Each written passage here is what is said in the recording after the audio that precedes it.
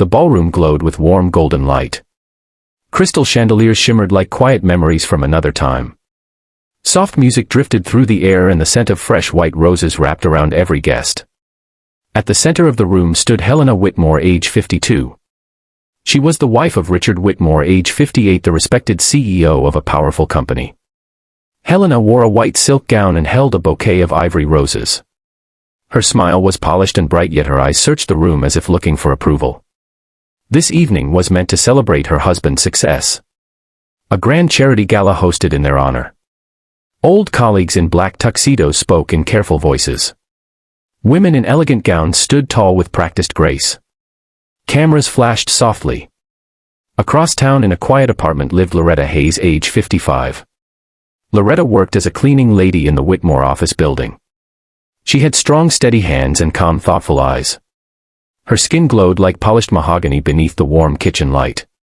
Her hair was gathered neatly above her head. She moved with quiet dignity even when no one noticed. Earlier that week, Helena had overheard two guests whispering.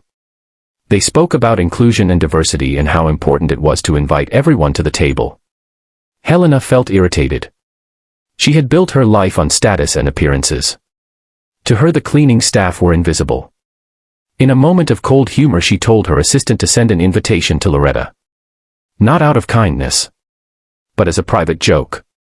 She imagined the cleaning lady feeling out of place. She imagined guests exchanging amused looks. It would prove her point that some people simply did not belong. When the invitation reached Loretta, she stared at it for a long time. Her son Marcus, age 31, read it twice. He worked as a music teacher and believed in quiet courage. He told his mother that maybe this was not a joke. Maybe it was an opportunity. Loretta remembered her own mother, who had cleaned houses in the early 1970s. Her mother used to say, "Walk into every room as if you carry your ancestors with you. They walked through storms so you could walk through doors." Those words echoed softly in her heart. On the night of the gala, Loretta stood before a mirror. She wore a simple black satin dress that fit her with grace. A golden shawl rested over her shoulders. A small pendant lay against her collarbone. She did not look like a cleaning lady. She looked like a woman who had lived and endured and grown. When she arrived at the grand entrance, the doorman hesitated. His eyes moved from the invitation to her face. She met his gaze calmly. He stepped aside. Inside the ballroom, conversation slowed.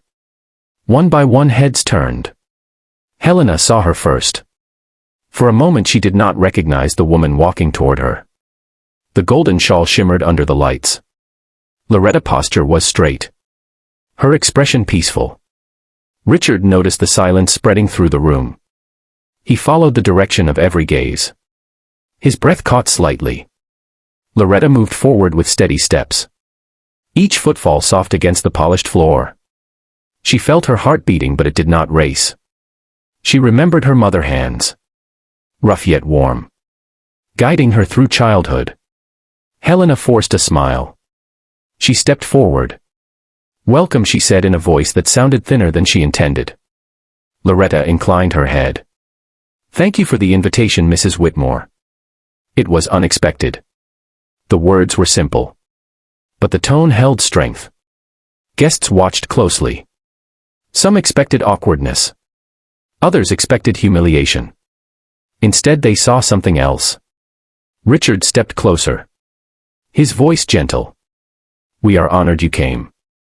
Helena glanced at her husband. She sensed something shifting beyond her control.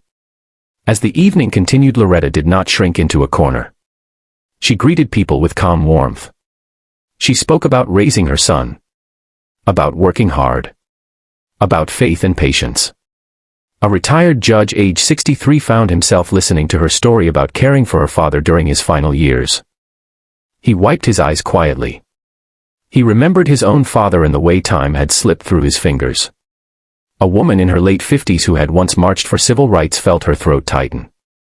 She saw in Loretta the same quiet strength she had seen decades ago on dusty streets. Helena watched all this with growing unease. The joke was not landing. No one was laughing. Instead, they were leaning closer to Loretta's words. Later in the evening, a small mishap occurred. A waiter stumbled. A tray of glasses tilted dangerously. Without hesitation, Loretta reached out. Her hands steady. She caught the tray before it shattered. The room gasped. Then applause rose unexpectedly. Richard laughed softly. He thanked her sincerely. Helena felt heat rise to her cheeks.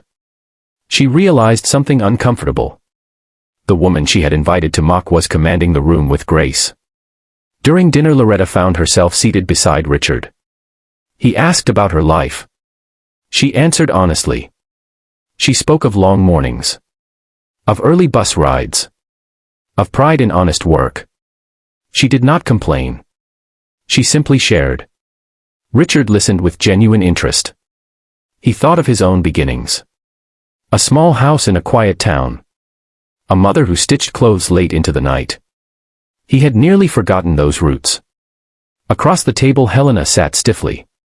She felt as if the script of the evening had been rewritten. When it came time for speeches, Richard stepped to the podium. The room grew quiet. He began by thanking guests. He spoke of charity and responsibility. Then he paused. His eyes searched the crowd. They rested on Loretta. Tonight, he said, I was reminded of something important. Success is not measured by the height of a building. It is measured by the strength of character. He spoke of dignity in every role. Of unseen hands that keep things running. Of stories that deserve respect. Helena's heart pounded. This was not what she expected. Richard then did something no one predicted. He invited Loretta to stand beside him. There was a hush. Loretta hesitated only a moment. Then she rose. Standing at the podium, she did not boast. She did not scold. She simply spoke. She said that life had taught her patience. That hard days do not define a person. That kindness can change the temperature of a room. She spoke about seeing the humanity in everyone. From the boardroom to the cleaning closet. Her voice was steady and warm. It carried the weight of years. Many in the audience were in their 50s and 60s. They felt her words settle deep within them. They remembered times when they too had been overlooked. They remembered small humiliations. They remembered quiet triumphs. Helena listened. Something inside her softened. She thought of her own mother who had once worked as a secretary. She remembered how proud she had felt when Helena married into wealth. Had she mistaken status for worth? As applause filled the room, Helena's eyes shimmered. Not with embarrassment, but with awakening. After the speech, she approached Loretta privately. Her voice was different now. Less polished. More human. I owe you honesty, she said. I invited you for the wrong reason. Loretta studied her face. There was no anger in her gaze. Only understanding. We all carry lessons, she replied. Sometimes they arrive dressed as mistakes. Helena exhaled slowly. For the first time that evening, she felt relief. In the weeks that followed, changes began quietly. Helena requested meetings with staff she had never spoken to before. She learned names. She listened to stories. Richard introduced new policies honoring every employee contribution. Not as charity, but as respect. Loretta continued her work. She did not seek special treatment. Yet something had shifted. People greeted her differently. They saw her. One afternoon, Helena visited the office early. She found Loretta in the lobby arranging fresh flowers. Sunlight streamed through tall windows. Dust motes floated like tiny memories. Helena stood beside her. The silence was comfortable. I have been thinking, she said. About what truly lasts. Loretta smiled gently. Character lasts. Kindness lasts. The way we make others feel lasts. Helena nodded. She felt older and wiser in that moment. As many do in their 50s and 60s when life finally slows enough to reflect.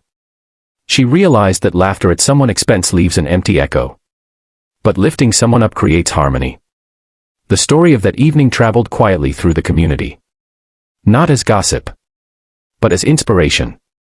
People spoke of the woman in the black dress with the golden shawl. They spoke of the CEO who listened. They spoke of a wife who chose to change. Years later, when guests gathered again under chandeliers, the memory of that night lingered. It reminded them that dignity has no dress code, that grace does not ask permission. For those listening now, perhaps you remember moments when you walked into a room and felt unseen. Perhaps you remember proving quietly that you belonged. Or perhaps you remember learning humility later than you wished. Life in the later chapters carries a certain clarity. The rush of youth fades. Status loses its shine. What remains is the echo of how we treated one another. Loretta's voice on that stage became more than words. It became a mirror, reflecting both flaws and possibilities. Helena's transformation did not happen overnight, but it was real. And real change is what matters. Richard often said afterward that the most valuable lesson of his career did not come from a board meeting. It came from a woman who cleaned his office floors. There is something deeply comforting in knowing that dignity can walk through any door, that respect can bloom in unexpected places, that hearts can soften even after years of pride. And so the story settles gently, like evening light through tall windows. Warm, steady, hopeful. If this story touched your heart, if it reminded you of your own journey, please like, share, subscribe, and comment on the Black Voices channel to support more stories like this.